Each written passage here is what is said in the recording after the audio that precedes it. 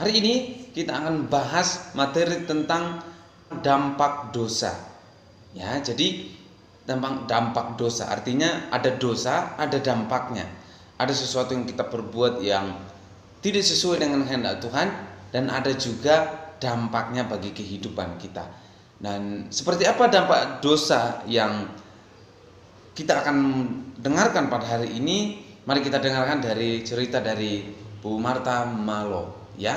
Cerita Alkitab dari Bu Marta Malo yang akan disampaikan pada saat ini.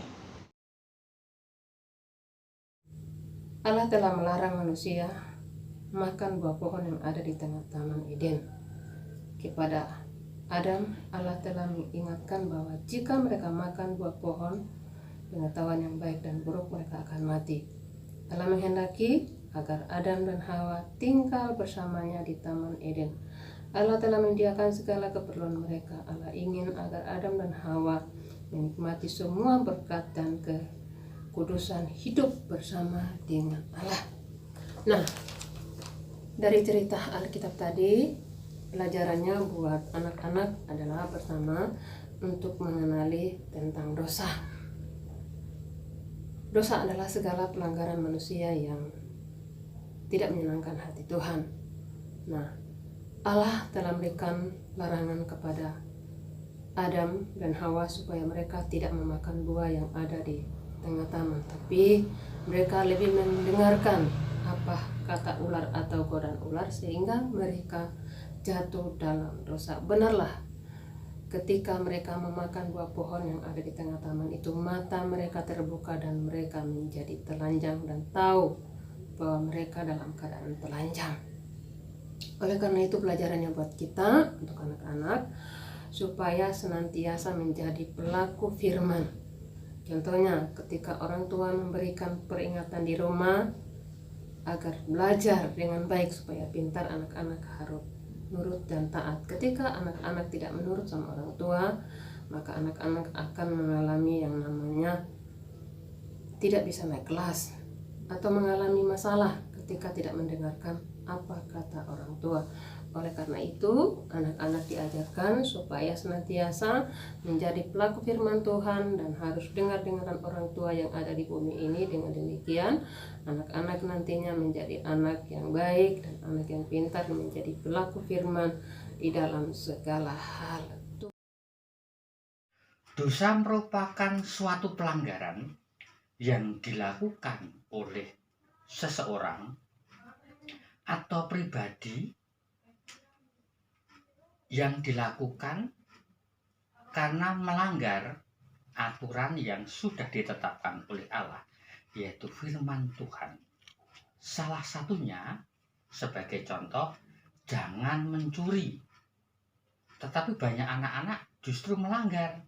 Contohnya mencuri waktu, mencuri kesempatan, dan lain-lain. Jadi mencuri bisa diartikan berbagai macam hal. Sehingga perlu kita pahami dampak daripada mencuri atau berbuat dosa itu akan membuat kita merasa bersalah, sehingga itu mempengaruhi kehidupan kita. Kemana kita pergi, selalu saja kita merasa bersalah. Oleh sebab itu, mari kita saling menjaga hidup kita supaya tidak berbuat dosa. Karena dampak dari dosa itu sangat besar di dalam kehidupan kita. Setiap kali kita beraktivitas, setiap kali kita berkomunikasi dengan seseorang atau kelompok orang atau teman-teman kita di mana kita berada, kita selalu merasa bersalah. Mengapa manusia itu berbuat dosa? Ada berbagai alasan sehingga manusia itu berbuat dosa. Dosa tidak hanya terjadi dengan cara tiba-tiba. Awalnya tumbuh seperti bibit di dalam hati kita. Misalnya iri hati, dengki, serakah dan lain-lain. Cerita Kain dan Habel persembahan Kain ditolak oleh Allah, sedangkan persembahan Abel diterima oleh Allah, sehingga timbul iri hati di hati Kain sehingga membunuh adiknya. Apakah dampak dosa? Dosa berdampak kepada diri kita dan juga berdampak kepada orang lain. Dampak buruk kepada orang lain, misalnya marah kepada teman, dan sehingga teman itu merasa disakiti. Jadi siapakah yang bisa membersihkan dosa-dosa kita? Yesuslah satu-satunya yang bisa membersihkan, mengampuni dosa-dosa kita.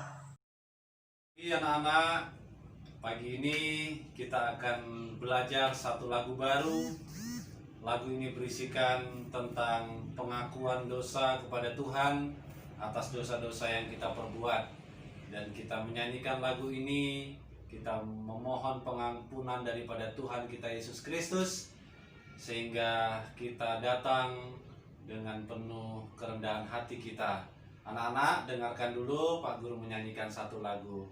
Anak-anak belajar di kemudian. Di muka Tuhan Yesus, betapa hina diriku, ku bawa dosa-dosaku di muka Tuhan Yesus. Demikian lagu baru kita anak-anak. Kita akan belajar dan kita akan menyanyikan lagu ini berulang-ulang kali ini.